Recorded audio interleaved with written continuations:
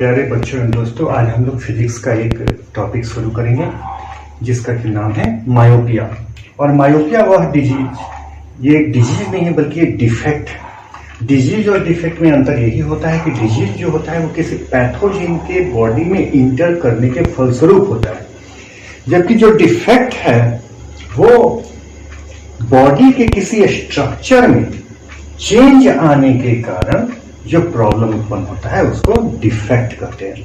तो यहां पर चूंकि हम लोग आई के बारे में पढ़ रहे हैं, तो आई में किसी प्रकार का जब स्ट्रक्चर में उसका चेंज आ जाता है तो उसके कारण जो भी देखने, आई का जो मुख्य काम है वो देखने का काम है।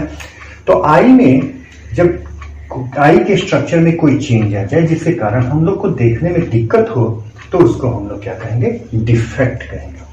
और यहाँ पर जो हम लोग डिफेक्ट लिए हैं वो है मायोपिया, जिसको कि हिंदी में निकट दृष्टिदोष और अंग्रेजी में शॉर्ट साइटेडनेस या नियर साइटेडनेस ही कहते हैं। पहले तो देख ले कि नॉर्मल में क्या होता है। तो नॉर्मल कंडीशन में क्या होता है कि लेंस जो है वो किसी दूर की वस्तु को देखने के लिए हमेशा जो लेंस है वो पतला होता है। तो लेंस जो है कि वो पतला और मोटा ये होता रहता है। दूर की वस्तु को देखने के लिए पतला होता है और नजदीक की वस्तु को देखने के लिए ये अपने आप में मोटा होता है, जिसको कि अकोमोडेशन ऑफ लेंसेस कहते हैं, यानी कि लेंस की सामंजन की क्षमता कहते हैं। तो जब दूर की वस्तु देखते हैं तो ये पतला हो जाता है, नजदीक को देखते हैं तो मोटा होता है। लेकिन जब हम लोग मायोपिक पर्सन को देखते हैं जिसमें कि ये डिफेक्ट हो गया है, तो उस कंडीशन में क्या हो जाता है कि ये जो लेंस है वो मोटा का मोटा ही रह जाता है और ये अपना जो क्षमता है पतला होने वाला, तो ये अपनी इस क्षमता को ये खो देता है। तो दूर से जो वस्तु की जो इमेज रे आएगी वस्तु के द्वारा, ये अब ये मोटा होने के कारण, पतला होने के कारण जो लेंस तक पहुंचेगी, अब ये मोटा होने के कारण ये पहले ही आकर के इस बिफोर रेटिना ये मिल जाएगी। तो बिफोर रेटिना जब मिल जाएगी तो फिर इमेज का फॉर्मेशन जो है बिफोर रेटिना, रेटिना से पहले ही हो जाएगा। और ऐसे कंडीशन में जो है वो पर्सन दूर की वस्तु को देख नहीं पाएगा साफ साफ। अब सवाल उठता है कि ऐसा हुआ क्यों? तो ऐसा इसलिए हुआ कि पहला तो हम लोग देख रहे हैं, यहाँ पर पढ़ रहे हैं कि ये जो है लेंस जो है ये मोटा ही रह जाता है। तो सिलियरी मसल्स के क्षमता खो जाने के कारण ये जो है कि ये मोटा रह गया। दूसरा ये भी हो सकता है कि ये जो आई बॉल जो है वो कुछ इस तरह का भी हो जाता है। हो सकता है कि लेंस अपनी एबिलिटी रखे हो कि पतला होंगे, लेकिन ये जो आई बॉल है ये कुछ ऑब्लॉन्ग हो जाता है, मतलब पीछे की तरफ से ये बढ़ जाता है।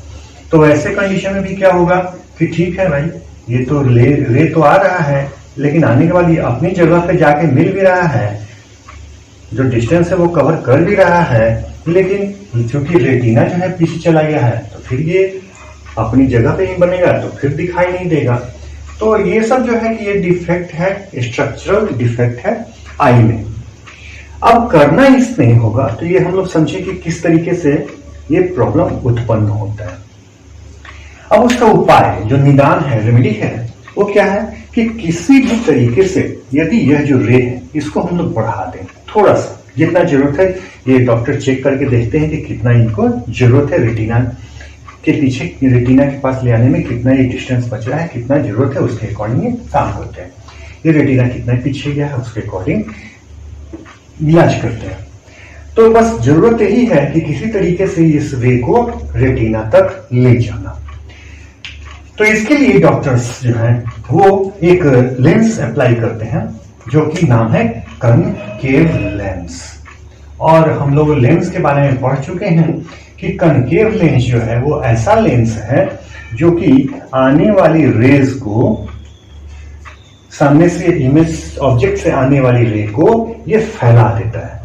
तो फैला देगा तो फिर क्या होगा, फैलाने के बाद ये पड़ेगा आई लेंस में, जो कि हम लोग का नेचुरल लेंस है।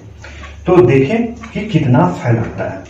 तो जैसे ही ये फैलाता है, जैसे ही ये लगा दिया गया, तो अब जो है वो नया ये जो लेंस जो है, ये जो लेंस जो है ये सबसे पहले फैला दिया रे को, और फैलाने के बाद अब जो है ये रेटिना तक रे को भेजता है। तो रेटिना तक जब रे को भेजा तो उस कंडीशन में अब इमेज का फॉर्मेशन रेटिना पर होगा। और यहां पर भी देखें तो फिर ये इस तरीके से फैल गया, और फैलने के बाद अपना जो नेचुरल लेंस है वो तो एज इट इज काम कर रहा है उसको फैलाने का, कन्वर्ज करने का। तो इस तरीके से क्या होगा कि जो इमेज है वो रेटिना पर बनेगा। इसको दूसरी तरीके से भी ऐसे हम लोग समझ सकते हैं कि इस कंडीशन में नजदीक की चीज जो है वो साफ साफ दिखती है। तो अगर इस लाइन को हम लोग पीछे लेके चलें तो ये जो है यहां से आकर के मिलता हुआ प्रतीत होगा। ऐसा लगेगा कि ये इस तरीके से आ रहे हैं, मतलब ऑब्जेक्ट जो है ये पॉइंट पर, वो पॉइंट पर जो है कि रखा हुआ है, अर्थात लेंस के बहुत नजदीक, यानी आंखों के बहुत ही नजदीक रखा हुआ है। और इस कंडीशन में नजदीक की चीजें साफ साफ दिखती हैं, दूर की चीजें साफ साफ नहीं दिखती।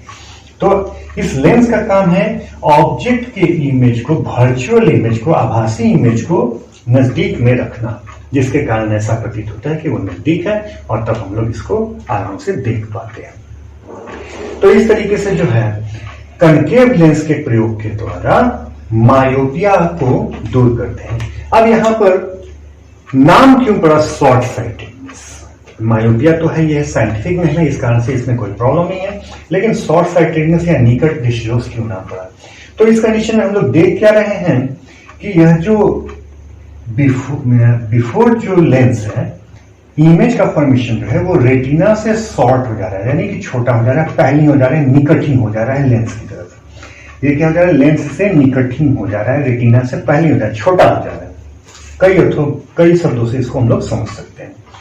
तो इस कारण से क्योंकि शॉर्ट छोटा हो जा रहा है, रेटिना से पहले ही आकर के इमेज बन जा रहा है, इसी कारण से इसका नाम शॉर्ट साइटेड या लेंस के नजदीक ही इमेज का फॉर्मेशन हो जा रहा है, इस कारण से इसका नाम निकट दृष्टिदोष भी पड़ा। तो ये था ऑल अबाउट मायोपिया, जिसमें कि हम लोगों ने समझा कि नॉर्मल में क्या होता है, मायोपिया में क्या होता है, ये दो कंडीशन से होता है, और इसका फिर निदान क्या है, जो रेमेडी है वो क्या है। तो इस तरीके से चश्मे के रूप में कनकेव लेंस का प्रयोग करके मायोपिया को हम लोग दूर कर सकते हैं। तो डॉक्टर ये समझते हैं कि किस पर्सन को जो है कितना पावर का जो है लेंस की जरूरत पड़ती है, और इस कंडीशन से वो उसको ठीक करते हैं।